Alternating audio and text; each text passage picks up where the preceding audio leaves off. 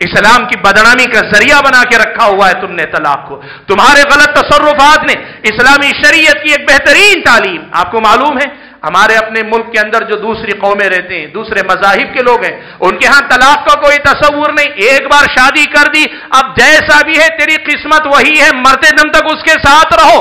مغربی دنیا western culture کے اندر بھی زمانے قریب تک بھی ڈائیورس کا کوئی تصور نہیں تھا، کانسیپٹ نہیں تھا. ایک بار شادی ہو گئی، قسمت اچھی رہی تو ٹھیک، بری رہی تو زندگی بھر جیلتے رہو، الگ ہونے کا کوئی امکان نہیں تھا. یہ تو اسلامی شریعت کی رحمت ہے کہ اسلام نے کہا نباہ کی کوئی صورت نہ رہے، باعزت طریقے سے دونوں جدا ہو جاؤ. لوگوں نے اللہ تعالیٰ کی دی ہوئی اس رحمت کو سماج کے لیے زحمت بنا دیا ہے. اللہ تعالیٰ کی دی ہوئی اس مثال رحمت کو لوگوں نے زحمت کا نمونہ بنا کے چھوڑا ہوا ہے، اور آج اسی کا نتیجہ ہے کہ طلاق کا لفظ سنتے ہیں سب کام چاہتے ہیں، طلاق کا لفظ سنتے ہیں سب فکر مند ہو جاتے ہیں. اللہ کے بندو، اسلامی شریعت کی ان تعلیمات کو یاد رکھو، قرآن مجید کی اس آیت کو یاد رکھو. یقیناً میں یہ بات آپ کے سامنے کہنا چاہوں گا، اس میں کوئی شک نہیں کہ طلاق سے ہٹ کر بھی عورت پر ظلم کی مختلف شکلیں ہیں. اور یہ بھی صحیح ہے کہ ہمارے سماج میں بیویوں کی طرف سے یا بیوی کے گھر والوں کی طرف سے لڑکوں پر اور مردوں پر بھی ظلم کی بہت ساری شکلیں ہمارے سماج میں. اللہ نے چاہا تو آئندہ اس پر بھی بات کریں گے، لیکن آج جو بات میں کہنا چاہتا ہوں وہ یہ کہ اسلامی شریعت نے طلاق کو جس مقصد کے لیے اور جس طریقے پر دینے کا حکم دیا ہے اس کو یاد رکھیں، اسے سمجھیں، نئی نسل کو سمجھائیں اور ان کو بتائیں کہ جن کے دماغ میں کسی بھی جھگڑے کے ساتھ فوراً طلاق کا لفظ آ جائے، خلا کا لفظ آ جائے، ایسے لڑکے اور سے لڑکیوں کی تربیت صحیح نہیں ہو سکی. ایسے لڑکے اور لڑکیوں کی تربیت میں خلل ہے، اور اس کے ذمہ دار ان بچے اور بچی لڑکے لڑکیوں سے زیادہ ان کے سرپرست یعنی ہم اور آپ لوگ ہیں، جن کے یہ بچے اور بچیاں معمولی سی بات پہ طلاق کی بات کرتے ہیں، معمولی سی بات پہ خلے کی بات کرتے ہیں. اللہ کے بندو، طلاق اسلامی شریعت کا ایک ایسا بہترین حل ہے جس نے انسانی سماج کے ایک بڑے ہی اہم مسئلے کو حل کیا ہے کہ میاں بیوی کے درمیان جب نباہ کی کوئی صورت نہ رہے تو پورے ہوش و حواس کے ساتھ سوچ بچار کے بعد زندگی کا ایک حتمی فیصلہ. آپ کو ایک بات میں کہوں، نکاح کرنے سے پہلے آپ کیا کیا نہیں سوچتے، کیا کیا نہیں دیکھتے. یقین کرو طلاق دینے سے پہلے اس سے کہیں زیادہ سوچنے کی ضرورت ہے. آج ہم نکاح کے لیے لڑکی ڈھونڈتے ہیں، لڑکی کے بارے میں تحقیق کرتے ہیں، لڑکے کے بارے میں تحقیق کرتے ہیں، ان کے گھرانے کے بارے میں تحقیق کرتے ہیں، اور پھر اس کے بعد ایک وقت متعین کرتے ہیں، سارے سماج میں سے اپنے منتخب لوگوں کو بلاتے ہیں، ان کے سامنے باعزت طریقے سے شرعی طریقے پہ چل کے نکاح میں اپناتے ہیں. یہ سمجھنا طلاق بھی کچھ ایسا ہی معاملہ ہے. گرچہ طلاق آدمی زبان سے دے تو ہو جاتی ہے، لیکن دینے سے پہلے آدمی کو بھی اتنا ہی اہتمام کرنے کی فکر کرنی چاہیے. یہ بات ہم اور آپ یاد رکھیں. میں اپنی گفتگو ختم کرتے ہوئے جو بات آج آپ کے سامنے رکھنا چاہتا ہوں وہ ایک جملے میں یہ ہے کہ طلاق ہمارے مسائل کا حل ہے، ہمارے ہاتھ میں دیا گیا کوئی ہتھیار نہیں. اس طلاق کو مسائل کے حل کے طور پہ ہی استعمال کرو، آپس میں جھگڑنے کے لیے یا ڈرانے دھمکانے اپنے غصے کے اظہار کے لیے ایک ہتھیار کے طور پہ اسے استعمال مت کرو. میری اللہ تعالیٰ سے یہ دعا ہے کہ اللہ تعالیٰ مجھے، آپ سبھی حضرات اور خواتین کو جو کچھ ہم کہتے اور سنتے ہیں کہنے اور سننے سے زیادہ عمل کرنے کی توفیق عطا فرمائے. اللہ تعالیٰ اسلامی شریعت کی ان آسانیوں کو سمجھ کر صحیح ڈھنگ سے انہیں اپنی زندگی میں اپنانے کی توفیق عطا فرمائے. اللہ جب تک دنیا میں رکھے ایمان اسلام پر قائم رکھے، جب اپنے پاس بلائے تو ایمان کی حالت میں بلائے. ہم میں سے جو بیمار ہیں ان کو شفا عطا فرمائے، جو لوگ انتقال کر گئے اللہ تعالیٰ ان کی مغفرت فرمائے. اللہ تعالیٰ رشتوں میں الفت اور محبت عطا فرمائے. جو لوگ بے روزگار ہیں ان کو اللہ تعالیٰ بہترین اور پاکیزہ رزق نصیب فرمائے. ہم میں سے جو لوگ کسی بھی مسئلے میں پریشان ہیں ان کی پریشانیوں کا اللہ تعالیٰ ازالہ فرمائے، الجھنوں سے نکلنے کا راستہ اللہ تعالیٰ پیدا فرمائے. ہم میں سے جتنے بھی لوگ کسی بھی قسم کی مصیبت میں مبتلا ہیں ان مصیبتوں سے اللہ تعالیٰ چھٹکارا عطا فرمائے. جان و مال، عزت و آبرو کی سلامتی اللہ نصیب فرمائے، اور ان سب سے بڑھ کر ایمان کی حفاظت اور دنیا سے جاتے ہوئے اللہ تعالیٰ کی بندگی والی زندگی کے ساتھ رخصت ہو، ایسی توفیق اللہ ہم سب کو نصیب فرمائے. دنیا میں جہاں کہیں مسلمان پریشان ہیں، ستائے جا رہے ہیں، اللہ تعالیٰ ان کی حفاظت فرمائے، ظالموں کی اللہ تعالیٰ گرفت فرمائے، مظلوموں کی اللہ تعالیٰ مدد فرمائے.